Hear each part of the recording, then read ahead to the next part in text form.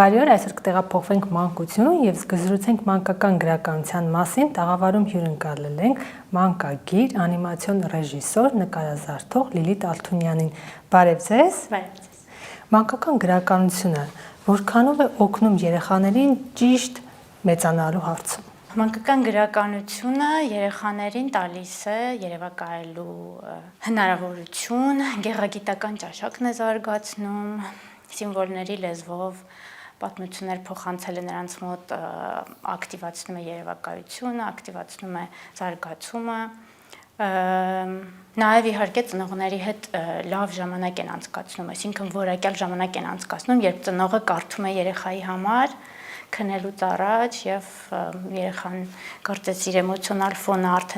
արդեն բաց է ժամանակ, ինքը շատ հարցեր է տալիս, քննարկումներ են անում, այսինքն էմոցիոնալ կապը ուժեղանում է ծնողի եւ երեխայի միջեւ եւ բնականաբար դա ազդում է երեխայի զարգացման վրա։ Մեր օրերում հեշտ է երեխաների եւ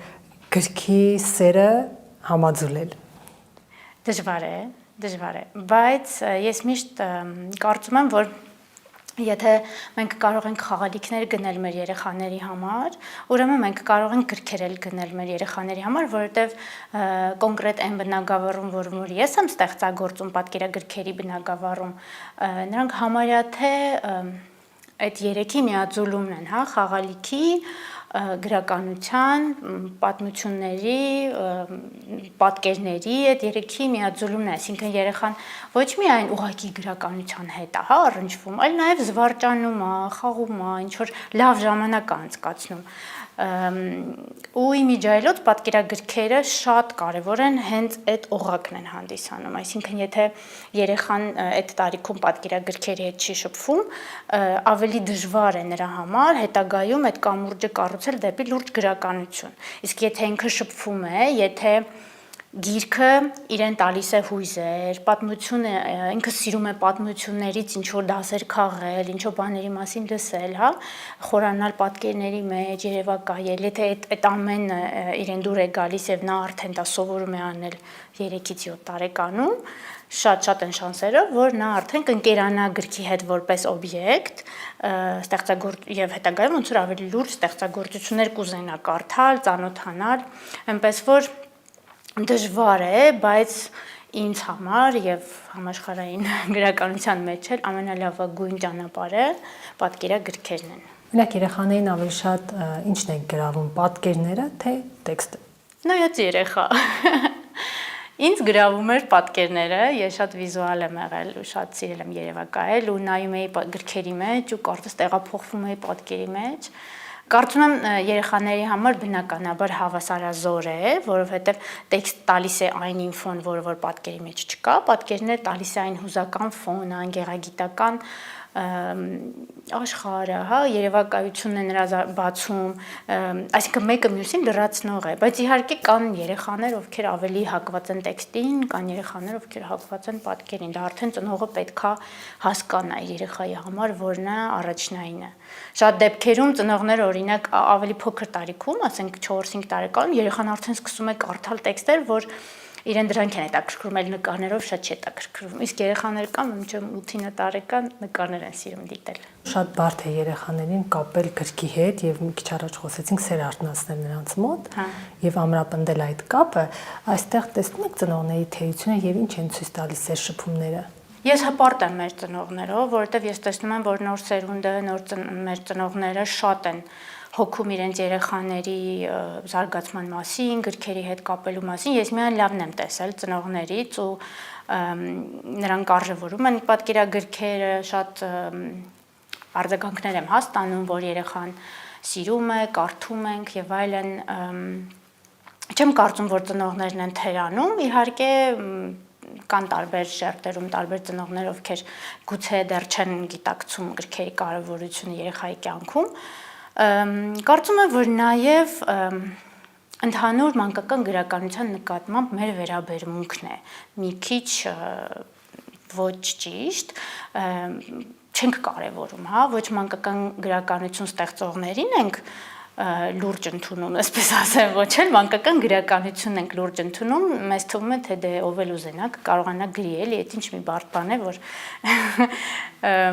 բայց այդպես չէ, մանկական գրականությունը լուրջ աշխատանք է ու նույնքան ավելի պատասխանատու գուցե, քան մեծերի համար գրականություն ստեղծողների աշխատանքը, որովհետև այստեղ մենք գործ ենք ունենում շատ նուրբ նոր կազմավորվող հոգեբանության հետ ու պետք է ճիշտ թեմաներից խոսենք նրա հետ, պետք է ճիշտ ձևով խոսենք այդ թեմաներից, այնպես որ մենք գործ ունենք անելու, շատ գործ ունենք անելու, նաև գործ ունենք տեղական ստեղծագործողներին զարգացնելու, ովքեր որ կուզենան գրեն մանկական գրականություն, կուզենան ստեղծագործեն մանուկների համար դա էլ կարծում եմ արդեն պետական մակարդակով պետքա խրախուսվի, որովհետև ճիշտն ասենք, այսօր մանկական գրականությամբ ոչ մեկ չի կարող ապրել Հայաստանում եւ ոչ բոլորն են ուզում այդ ոլորտում ստեղծագործեն, մանավանդ որ չգիտեն ինչպես անեն, ճանապարհներ չեն կարողանում գտնել, պետք է դրամաշնորհներ լինեն շատ, պետք է խրախուսվի ուղղակի մանկական գրականություն ստեղծել եւ հասարակությունը փոխի իր վերաբերմունքը այդ գրականության նկատմամբ եւ ծնողները բնականաբար ավելի կգնեն, ավելի կտան իրենց երեխաներին կարդալ գրքեր, այդպես ամբողջ աշխարհում այդպես է, ասենց ասեմ, Հայաստանը դեռ մի քիչ հետ է մնում։ Ամբողջ աշխարհում չգիտեմ, բայց Հայաստանում հեքիաթներ գրող հեղինակներին, եթե օրինակ բերենք, իրենք գրում են առօրյա խոսակցական ոճով։ Արդյոք դա ճիշտ է։ Տեսեք, իմ կարծիքով ստեղծագործությունը պետք է ստեղծագործության լեզուն եւ ստեղծագործության պատկերները, եթե կոնկրետ պատկերներով ստեղծագործություն է, պետք է համապատասխանի նաեւ թեմային։ Եթե թեման այնպիսին է, որ պետք է առօրյա լեզվով գրել, ինչու ոչ, այսինքն պետքա թեման արդարացնի, հա, թե ինչի ենք մենք այդ լեզուն ընտրել գրելու, չէ՞ որ գրականությունը հենց այնպես տենց չենք գրում, այսինքն գիտենք ինչ ենք անում եւ ինչի համար ենք անում, բոլորը իրար փոխկապակցված են։ Բայց գուցե ինչ որտեղ էլ պետք է, այո, բայց չեմ կարծում, որ շատ պրիմիտիվ եւ շատ առօրյական թեմաները եւ շատ առօրյական լեզուն ամեն դեպքում շատ պիտի լինի էլի մանկական գրականության մեջ, նաեւ ինձ թվում է գրականությունը պետք է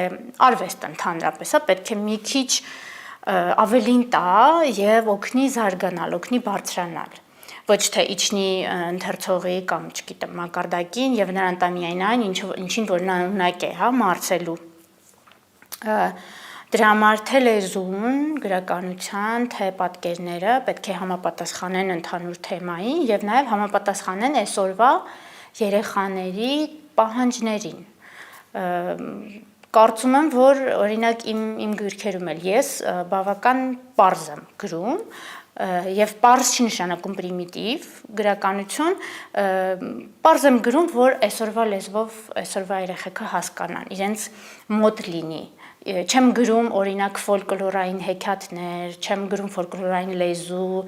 բարբառային բառեր չեմ օգտագործում եւ ընդհանրապես ես հեքիաթներ չեմ գրում, ես ստեղծում եմ պատումներ, որոնք ավելի մոտ են երեխային։ Գուցե թեմաները շատ խորն են եւ շատ ունիվերսալ եւ նույնիսկ առնչվում են ծնողներին, բայց երեխաներին էլ են առնչվում։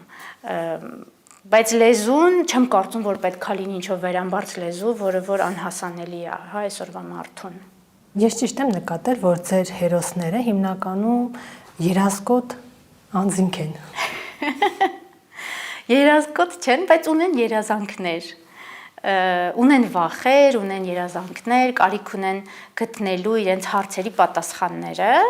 որը որ կարծում եմ բոլոր մարդիկ ունեն այդ հարցադրումները, բոլոր մարդիկ իրենց տալիս են։ Օրինակ կապույտ աղվեսը ստեղծագործության մեջ աղվեսիկը փորձում է հետ գնալ իր մանկություն, հա, եւ մանկության անտառն է փնտրում, վերջում գտնում է, ինչպես հասկացանք։ Աղվեսիկը փորձում է գտնել այն անտառը, որին ինքը պատկանում է, որովհետև իր մանկության անտառում ինքը չի գտնում կապույտ ոչինչ, որ կկարողանա թաքնվել, որ իրեն հարմար կզգա, հա, պատկանելիության կարիք կա այստեղ, ինքը չի զգում, որ ինքը պատկանում է այն անտառին, որտեղ որ ծնվել է, եւ որոշում է գնալ գտնել իր երազների կապույտ անտառին, որովհետև հավատում է, որ ինչ որ միտեղ կա այն անտառը, որ ինքը պատկանում է։ Եվ այդ ճամփորդության անտառներով անցնելու մեծանալու շնորհիվ նա երբ գալիս հասնում է նորից իր անտառին, նա գիտակցում է, որ իր անտառը գիշերը կապույտ է լինում, այսինքն չկար այդ պատկանելիության հարցը, բայց ինքը պիտի անցներ այդ ճանապարհը, որպեսզի բացահայտեր, որ ինքը ճիշտ տեղում է ծնվել։ Այս աղվեսիկը ոչ թե երազելու մասին է, այլ պատկանելիությունը գտնելու մասին, այսինքն այն ինչ որ այնտեղ որտեղ որ մենք ծնվել ենք, երբեմն մենք ուզում ենք փախնենք այդտեղից, ասենք որ այն ուրիշ տեղը որտեղ որ կա, հերվում իմ բաների մեջ, պատկերացումների մեջ ավելի իմն է, բայց շատ անգամ մենք ուղղակի լավ չենք նայում, ճիշտ տեղից չենք նայում այն մեր պատկանելիության այն տեղին, որտեղ որ մենք կանք, չգիտեմ, կարողացա բացատրեմ թե չէ։ Այնքան դժվար է խոսել սեփական ստեղծագործության մասին, սենց բոլոր դետալներով, որտեղ ես օրինակ սիրում եմ թողել մի քիչ տեղ, որ ընթերցողն էլ մի քիչ իրենը դնի պատմության մեջ, հա, շերտեր պիտի լինեն։ Օրինակ ստեղծագործողները բավականին էմոցիոնալ են, ինչպես եւ դուք ինչպես հասկացա, եղել է որ դուք այն միջավայրում, որտեղ ապրում եք, խորհրդություն զգաք եւ փորձեք փախչել այնտեղից։ Իհարկե, աղվեսը ծնվել է հենց իմ փորձառությունից։ Ես փախել եմ Հայաստանից, կարծելով որ Հայաստանը այնտեղը չի, որտեղ որ ես ծնվել եմ։ Եվ հետո կյանքը ինձ պտտացրել ու հետ է բերել Հայաստան, ու ես ուրիշ աչքերով եմ նայել Հայաստանին, իմ երկրին, ու հասկացել եմ, որ ես այստեղ անելիք ունեմ, դա է իմ պատկանելիության կարևոր կետը, հա, իմ երկրի հետ, ու արդեն էլ չեմ նայում, որ ոչինչ կապույտ չկա, ոչ մի բան չկա կապույտ, ես գտնում եմ իմ կապույտը ու տեղավորվում եմ դրա մեջ։ Այս պայն հիշում ենք ձեր երազկոտ հրեշին, որ ամեն դեպքում հասնում է իր նպատակին։ Այդպիսին նաև դուք եք, ինչ գնով լինի հասնել ձեր նպատակին։ Հրեշը ոչ թե հասավ իր նպատակին, այլ բացահայտեց, որ այն ստանդարտները, որ ինքը կարծում էր, որ ստեղծագործողը պիտի ունենա, ոչ միշտ են ճիշտ, եւ այո, դա էլ է իմ պատմությունը, դա էլ է իմ ճանապարհը, որտեղ որ ես կրկին հասկացա, որ անպայման չի լինեմ բոլորի պես ինչ որ ստանդարտներին համապատասխանող, որ ամեն ստեղծագործող ունի իր ճանապարհը, իր հանդիսատեսը եւ կարևորը այն նպատակն է, թե ինչի համար է ինքը ստեղծագործում։ Գիտեք, կան ստեղծագործողներ, ովքեր ստեղծագործում են փառքի, ճանաչելիության եւ տարբեր բաների համար, իսկ կան ստեղծագործողներ, ովքեր ստեղծագործում են, որտեղ չեն կարող չստեղծագործել։ Ես երկրորդ շարքին եմ պատկանում, ու դա ինձ շատ հաճելի է, որ ես ստեղծագործում եմ, որտեղ ես ուղղակի ուրիշ բան չեմ կարող անել։ Դուք մասնագիտությամբ նկարչուհի եք, սովորել եք նաև Ֆրանսիայում որպես անիմացիոն ռեժիսոր։ Հա։ Բայց ստեղծագործելու ձիրքը երբ եք բացահայտել եւ ո՞րն է եղել առաջին ստեղծագործությունը, ինչի մասին։ Ես ինձ հիշում եմ, ես նկարում եմ։ Ես հիշում եմ նույնիսկ, որ մանկապարտեզում, երևի 3-4 տարեկան էի, չգիտեմ, ես չէի սիրում քնել ցերեկը։ Եվ ինձ մանկապարտեզի ուսմասվարը տանում էր իր մոտ, որ չխանգարեմ մյուս երեխաներին, ու ես այնտեղ նկարում էի իր մոտ նստած։ Ու իմ առաջին ցուցահանդեսը եղել է մանկապարտեզում այդ ժամանակ նկարած նկարներով։ Այսինքն առաջին ստեղծագործությունը որպես այդպեսին չեմ կարող հիշել։ Միշտ եմ նկարել, բայց կարող եմ հիշել առաջին գիրքը, որ ես ստեղծեցի։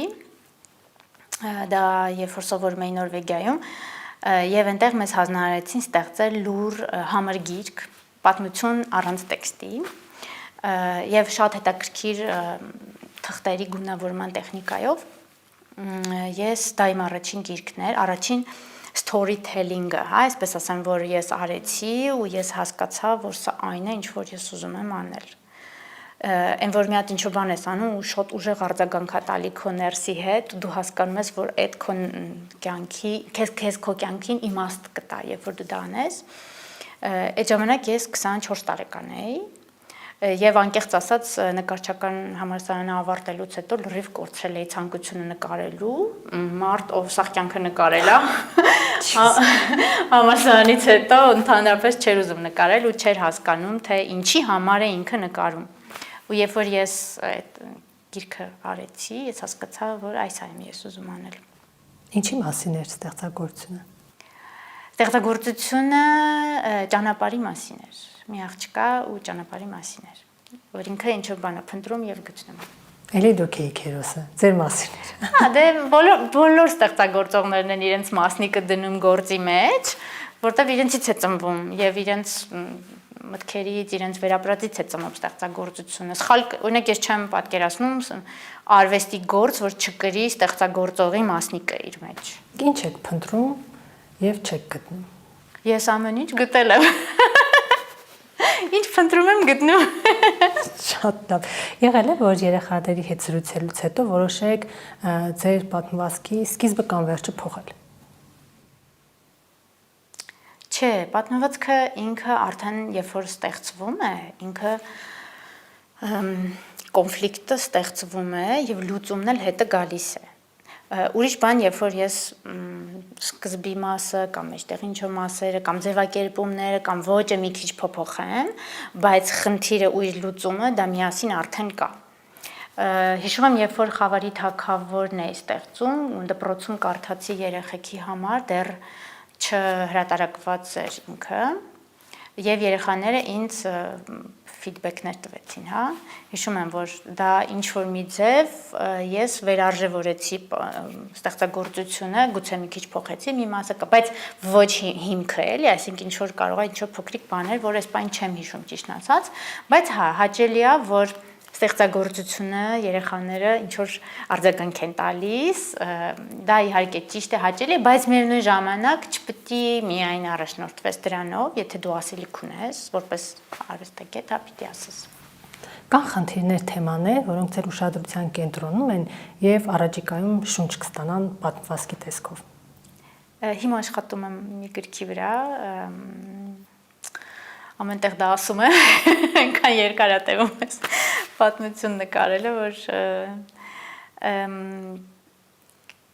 փորձում եմ, այո, նոր պատկերագիրք ունեմ, որի վրա աշխատում եմ, հուսով եմ եկող տարի կլինի, նաև փորձում եմ մի քիչ ստեղծագործել կամ աշխարհին տալ իմ մյուս ստեղծագործությունները, որոնք որ միայն մանուկների համար չեն, պլանավորում եմ գրքեր անել նաև մեծերի համար, վիզուալ գրքեր։ Տեսնենք ինչպես կստացվի։ Իդեպ սկզբում ծնվում են պատկերները, թե տեքստը։ Կոնֆլիկտը։ Սկզբում ծնվում է կոնֆլիկտը, հետո տեքստը իմ դեպքում, հետո տեքստը պատկերը գալիս է լրացնելու տեքստը, եւ հետո տեքստը մի քիչ հարմարվում է պատկերին։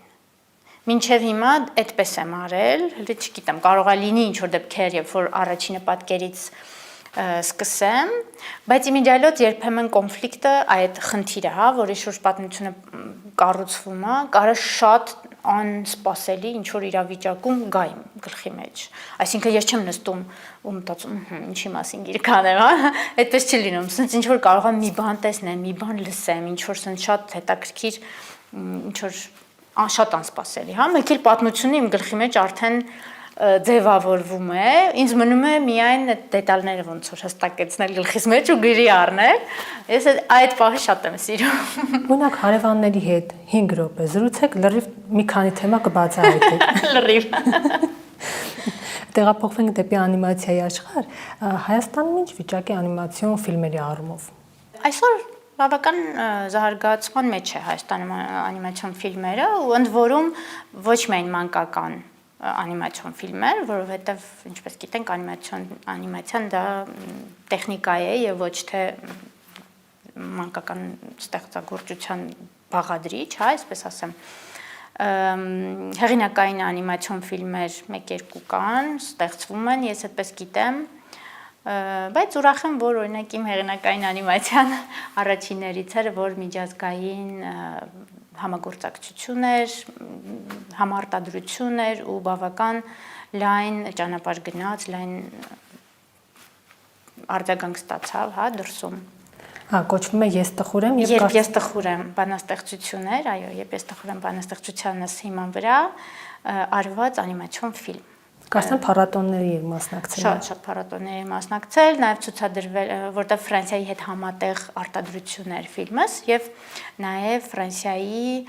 կինոթատրոններում է ցուցադրվել, վաճառվել է եւ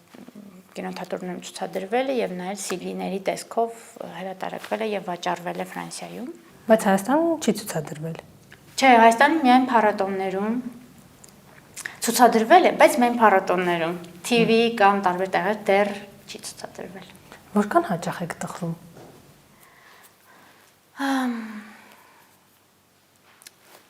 Չգիտեմ, ինչի հետ համեմատեմ։ Ինչն է տխրեցնում ամենաշատը։ Տարբեր են պատճառները իրոք, կարևոր է այստեղ իմ համար ճանաչել տխրության էմոցիան եւ հասկանալ, որ տխրությունը ինձ ինչ-որ բան է ուզում ասել։ Չփախնել տխրությունից, հա, օրինակ այսօր մեր մոտ կա երջանիկ լինելու մշակույթ, չէ, օրինակ սոցցանցերում տխրության, տխուր բաների մասին, չենք ուզում խոսալ, չգիտեմ, պատերազմը չենք ուզում հիշել, խաղաղություն, մոռանանք ամեն ինչ լավ այս բաներն է, էլի մի քիչ մեզ մոտ եւ աշխարհում էլ է այդպես, ես չեմ մեղադրում, միայն մեզ չեմ մեղադրում, բայց ես դրան հակառակ եմ գնացել եւ ես միշտ ասել եմ, որ բոլոր էմոցիաները, բոլոր ապրումները իսկական են եւ կարիք ունեն տեղ ունենալու մեր կյանքում, որովհետեւ երբ որ մենք ծածկում ենք, հա, այդ բացասական, այսպես ասած, էմոցիաները, նրանք հետո ուրիշ ձև են մեզ վնասում, որովհետեւ իրականում հույզերը դրանք մեսիջներ են, դրանք ինչ-որ բան են ուզում մեզ ասել, մենք պիտի ուշադիր լինենք եւ լսենք, թե ինչ է ուզում մեր նյարդային համակարգը մեզ ասի։ Եվ տեղ տանք այդ էմոցիային եւ վերապրենք այդ էմոցիան։ Դրա համար եւ ուրախ պահերը եւ տխուր պահերը ես հավասարաչափ լավ եմ տանում։ Ստրես չեմ սիրում, բայց ուրախ եւ տխուր պահերը կարեւորում եմ։ Բայց ամենաշատը ինչն է տխրեցնում։ Ինչն է տխրեցնում։ Անարդարությունն է շատ տխրեցնում ինձ։ Խաբված լինելը, խաբելը, հիասթափություններն են տխրեցնում։ Չգիտեմ, որ մեծ հույսեր ունենք մեր երկրի հետ օրինակ կամ տարբեր ոլորտների հետ մեծ հույսեր ունենք եւ հիասթափվում ենք, դրանք իհարկե տխրեցնում են։ Որպես շատ երազող անձնավորություն։ Շատ չեմ երազում ես։ Ո՞րն է ձեր ամենամեծ երազանքը։ Դի մտածեմ մի հատ։